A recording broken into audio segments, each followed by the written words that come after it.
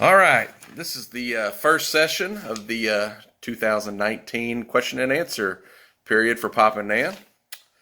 The first question is from Paula Wyatt from Waco, Texas, home of Dr. Pepper.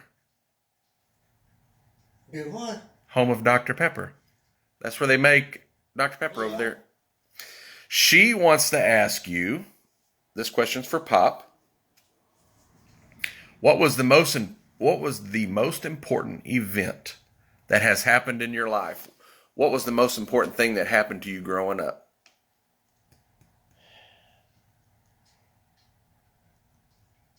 Most important thing for me was to get away from Harley Ridge Road. That's the only place I ever went and was going was the Harley Ridge Road. And I wanted to get away from there. So I went into the service. What part of the service did you go? Air Force. Why did you want to go to the Air Force? Because that's the only one I wanted to go was the Air Force. Didn't care for none of them others. Could fly in the Air Force. I didn't mean to. What are y'all playing footsies over there? Back when you were in the Air Force, was your brother in the Air Force too, or did he go to the Marines or Army? Come in 2 weeks after I did, and I didn't even know he was coming in. Was basic training pretty tough? At times, but most of the time it was easy. Where did you do basic training at? Lackland Air Force Base. Where is that? San Antonio. San Antonio? San Antonio, Texas. Didn't you tell me one time that you had to take a train to San Antonio? Me? Yeah. No. Oh. I never have taken a train. Was I just making that up then? Yeah, you just made that up. I don't know. I never been in the train. I think he told me that he took a train down to San Antonio. Maybe I'm thinking of a different time. I ain't never took a train down to San Antonio. That you remember. How do you go? We're on the bus. Oh. On the bus. On the bus. Okay. When you were growing up over there on Harley Ridge Road, the only choices you had was what? Going to college or going to the service? Yeah, that was it. That was the only two things. So I went to service. All right, Nan. This is from Rose Marie Zuniga Morale. I don't know where she's from. She didn't put her location. But when you first got married, did Pop always comment on other women's booties? Yes, he's a booty man. He comments on their booties. He never say much about mine. I don't know why. Why, Joe? Huh? Right, his booty was real small.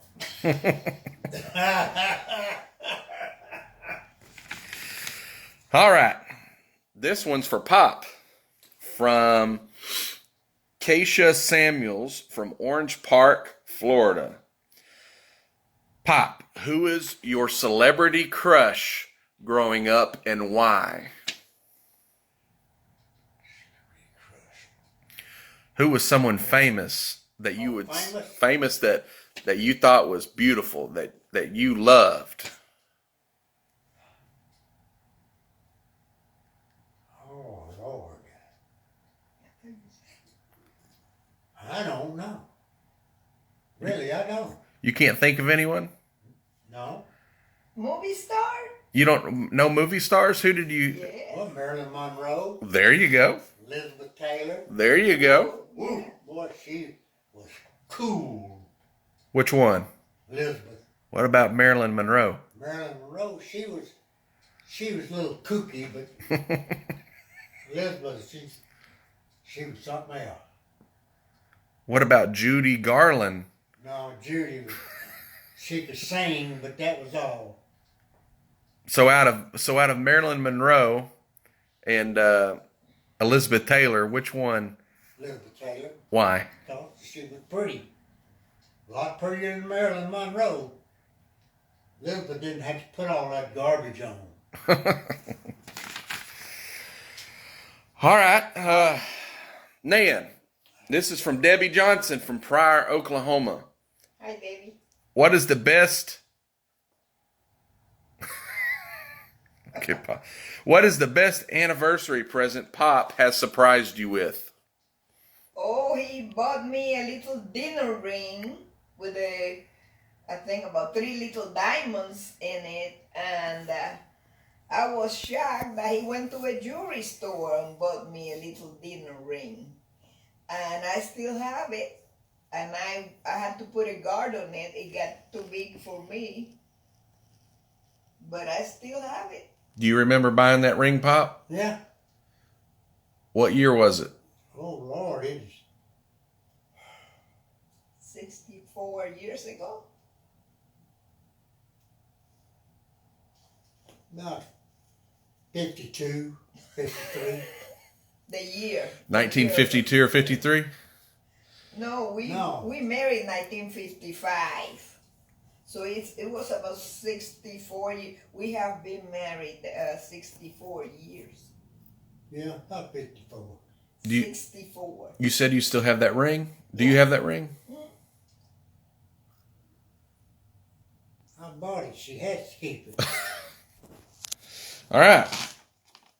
This one is for Nan again. Let's see. Nan, what was it like growing up in Puerto Rico in the 1930s and 40s? Was life tough? And what did y'all grow up eating? Well, we live in the country, and my parents had chickens and pigs and goats, and my daddy always kept a garden with sweet potatoes and green beans and gandules, and we ate regular food, no canned food. I didn't know what canned food was, so rice and beans, a lot of rice and beans and vegetables. And I didn't feel it was rough for me. We had plenty to eat. Now, was growing up in Puerto Rico in the 30s and 40s, was life tough? What was it? Was it hard growing up with as many siblings as you had? And, you know, it's not like Puerto Rico in the 30s and 40s was the same as growing up here in the United States, I wouldn't imagine. I was the second.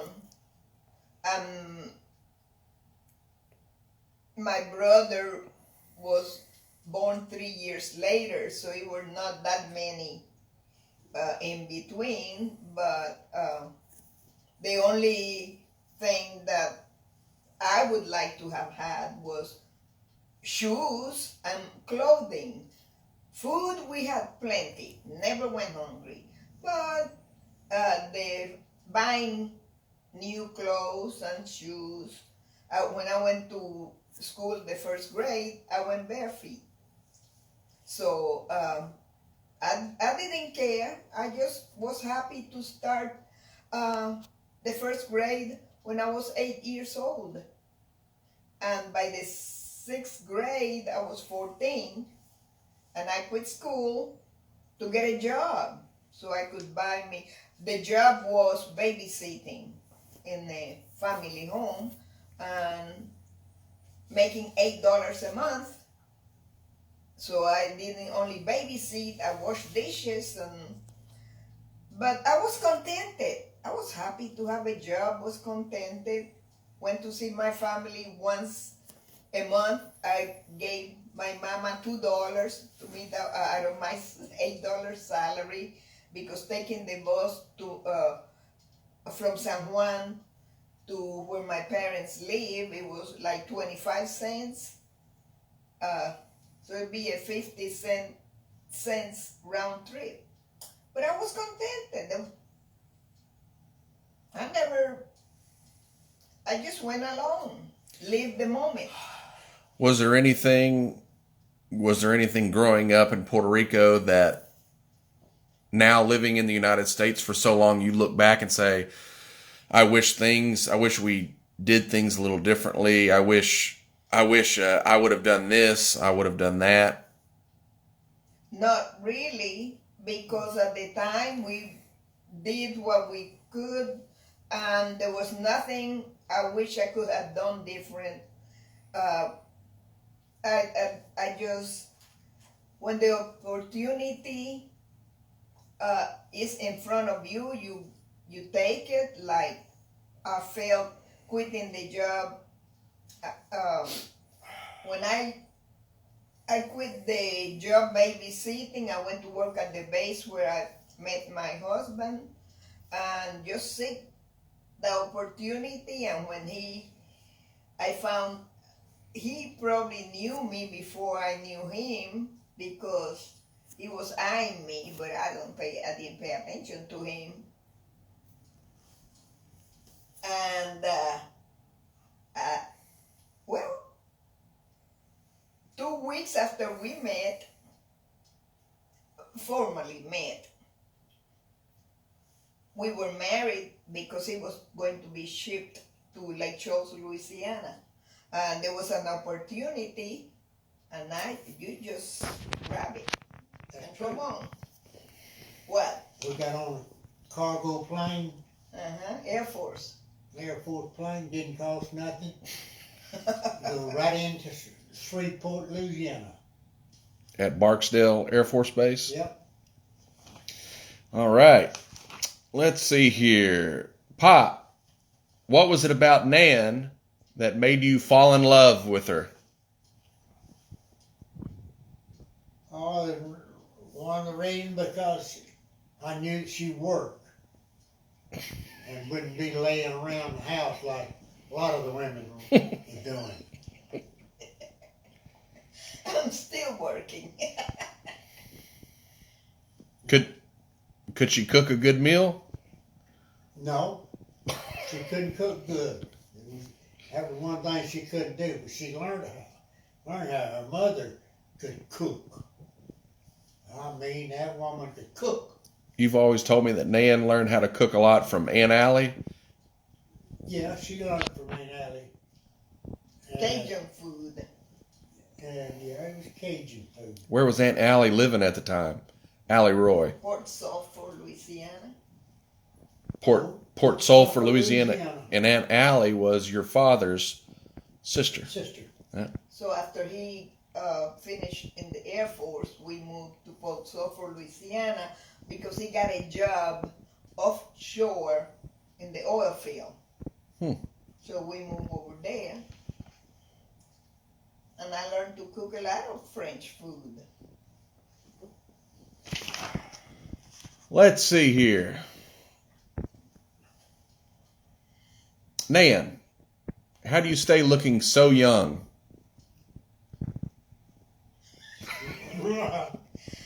I have no secret. I have no secret. No secrets, because keeping your face clean, and a little light in nighttime, a little light oil of Olay. Hey, maybe they send me some coupons, oil of Olay in the face.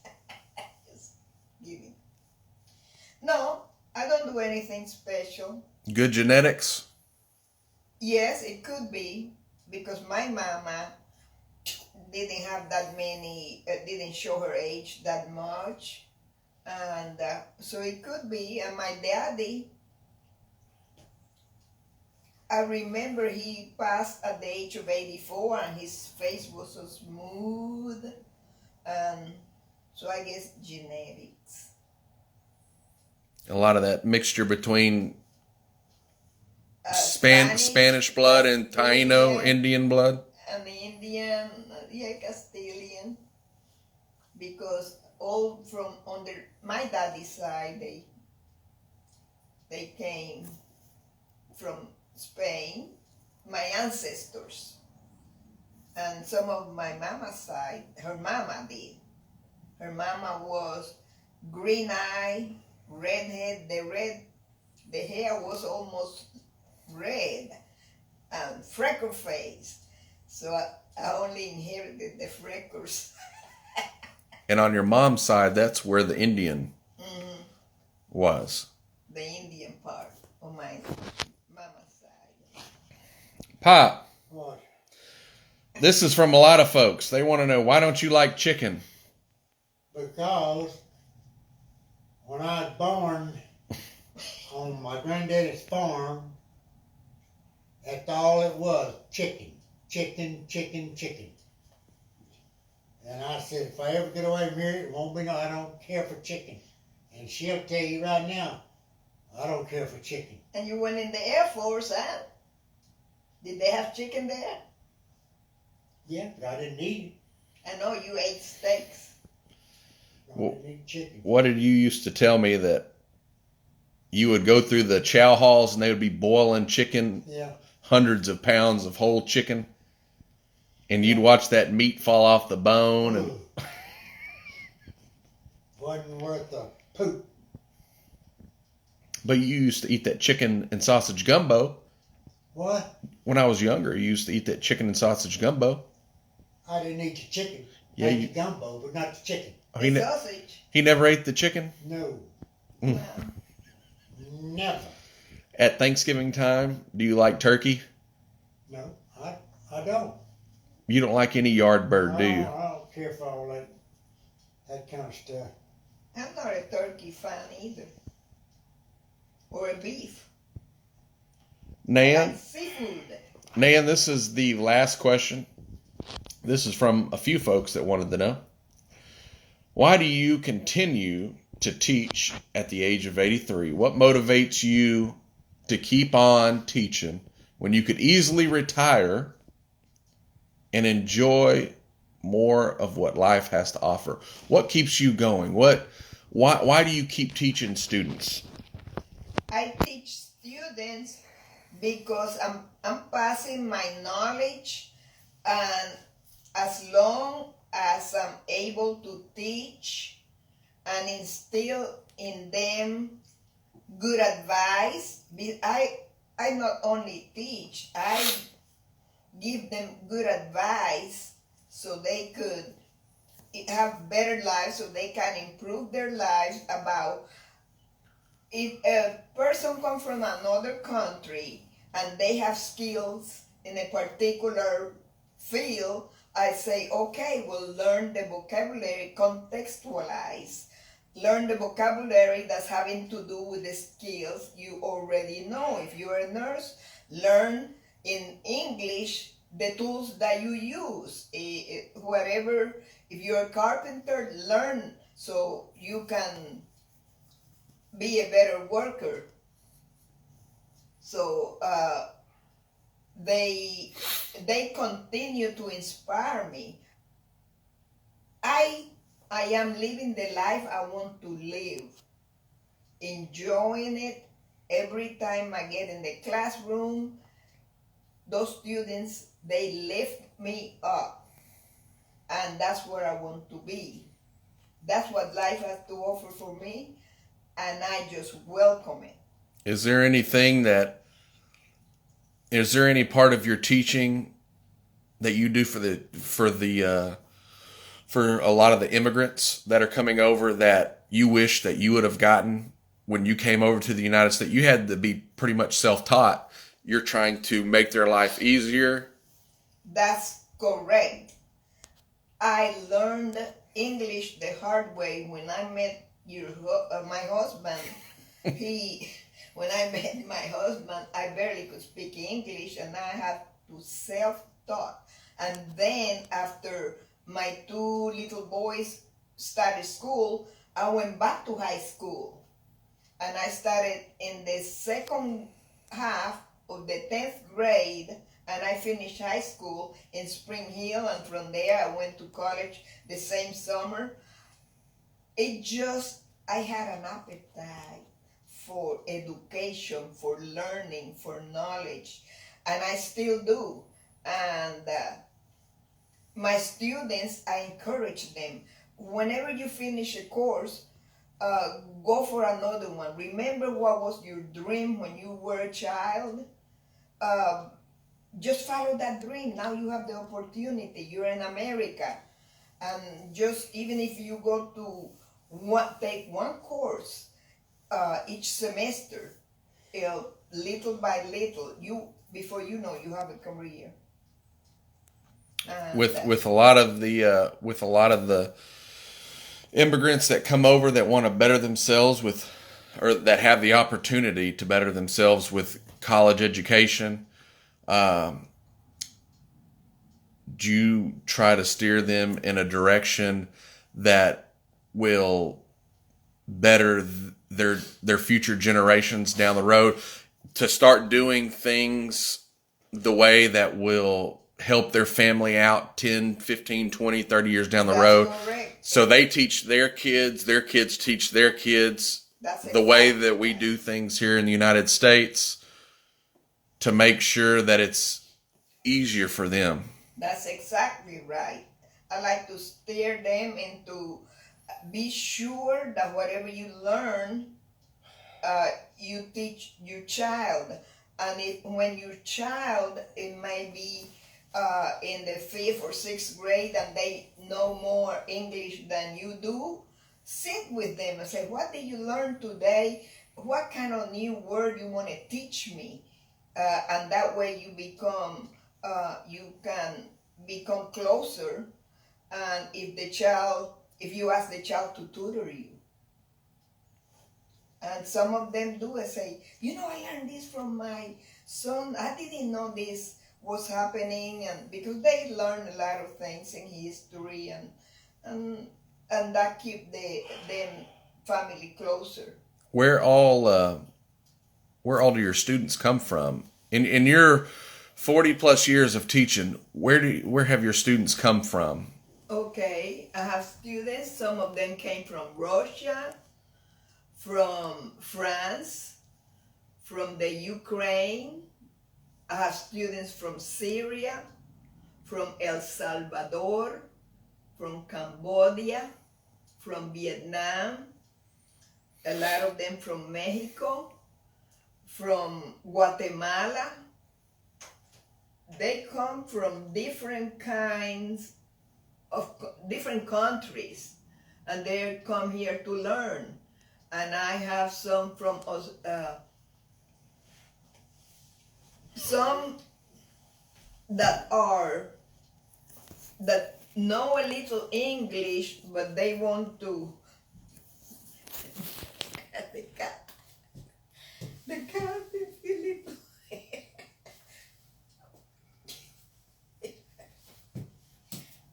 Joe.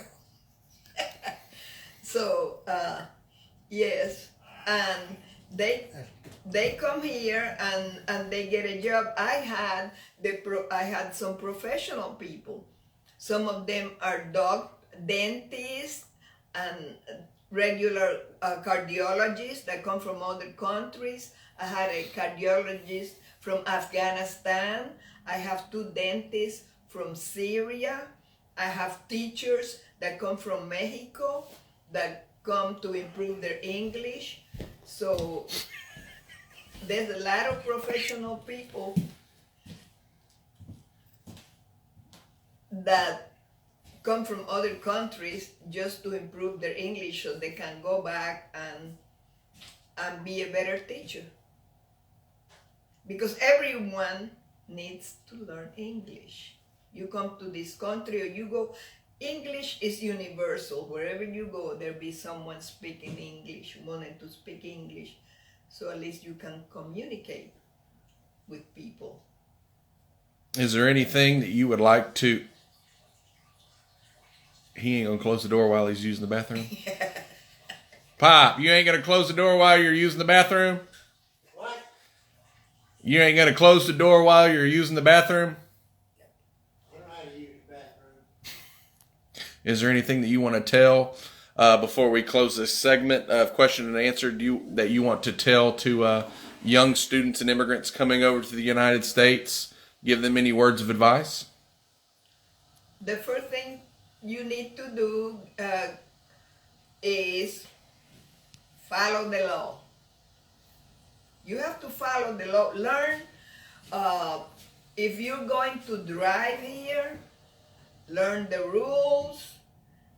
Try to get that book and study so you can get your driver's license. Having a proper ID is very important.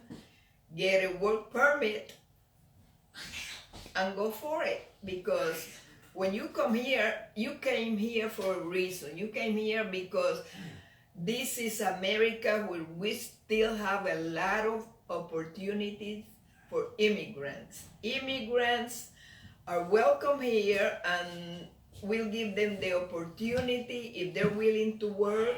And I know once they get their job, they do their best. They're good workers. So.